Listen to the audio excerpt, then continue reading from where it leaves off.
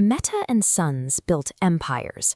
As a global construction firm, their projects spanned the world, moving massive amounts of capital and steel. But for the owner's son, Mehul, the company was mostly a safety net. He was the sheltered heir, prone to wandering, and his father was looking to test if he could handle the family name. The actual competence in the younger generation belonged to Mehul's cousin, Ratan. Ratan handled the groundwork. He trained the crews and managed the sites, and acted as a protective older brother to Mehul, covering his blind spots in the field. The test comes when a new development project opens up in the United States. Ratan flies out first to establish the site. He sends daily updates on the crew and the timeline. Then, 3 days before Mehul is supposed to join him, the emails stop. Ratan goes completely silent. Mehul can no longer rely on his father's checkbook or his cousin's management skills. The corporate safety net is gone. To find out what happened, the sheltered heir has to fly across the world and walk directly into the unknown.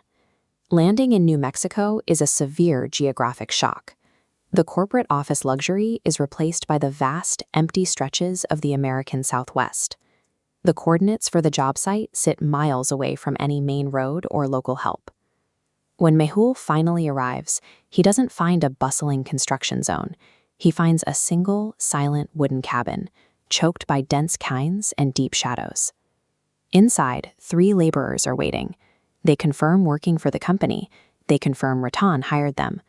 But when Mehul asks where his cousin is, they refuse to answer. They simply stare at each other in absolute silence. Finally, one of the workers speaks up, but not with an answer. He offers a local warning. He points out that decades ago, 10 people vanished from this exact plot of land, and the forest never gave the bodies back. Mehul believes he is auditing a simple project delay, unaware that he has just crossed into territory where the local environment is actively hostile to human life. The isolation turns aggressive the moment the sun sets. The group is sitting down for dinner when something outside begins violently slamming against the cabin door. One of the workers volunteers to check outside. He opens the door, steps into the dark, and stops. He doesn't investigate, and he doesn't come back inside. He just stands rigid in the shadows, staring back at the house. Another worker goes out to retrieve him. He does the exact same thing. Panic sets in. Mehul sprints upstairs, searching the corners of the room until his phone catches a single bar of service. He dials the property owner, desperate for an evacuation. The owner answers on the first ring. He doesn't ask for a status report or offer to call the police. He gives a cold, precise instruction. If you want to stay alive, go to the basement.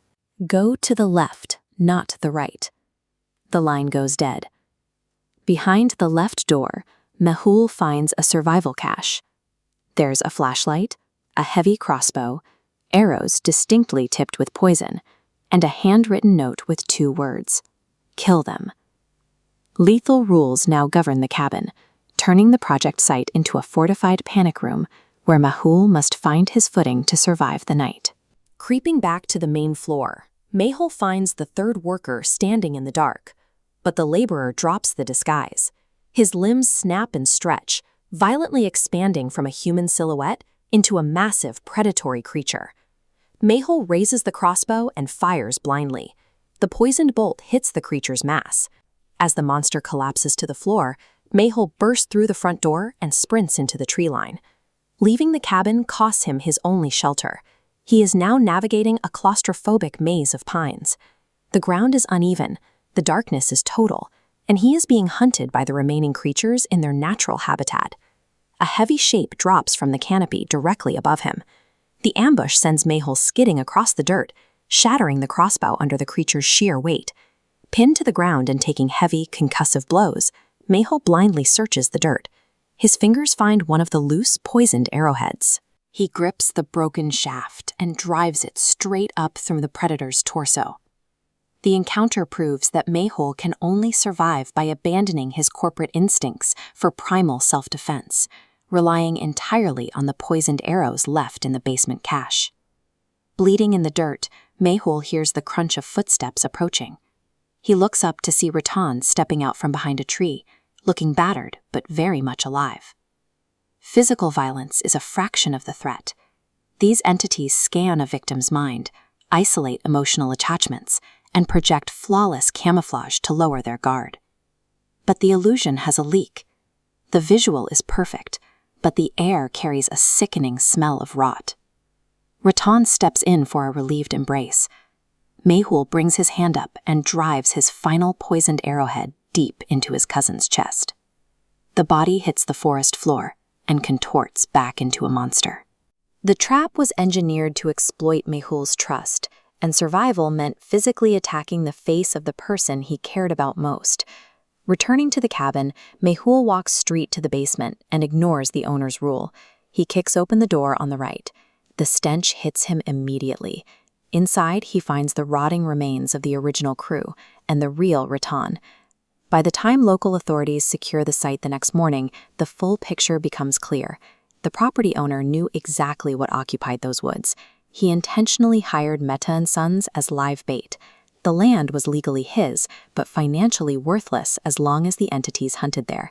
He sent contractors into a slaughterhouse, hoping the monsters killed the crew or the crew killed the monsters, making the land safe to sell. Mehul requests special permission from the authorities to secure Rattan's remains. He arrived in the desert as a naive heir looking for a missing employee. He leaves as a hardened survivor, tasked with bringing his brother's body home to India. Human greed exploited the unknown for financial gain, turning the local landscape into a lethal trap for those seeking honest work.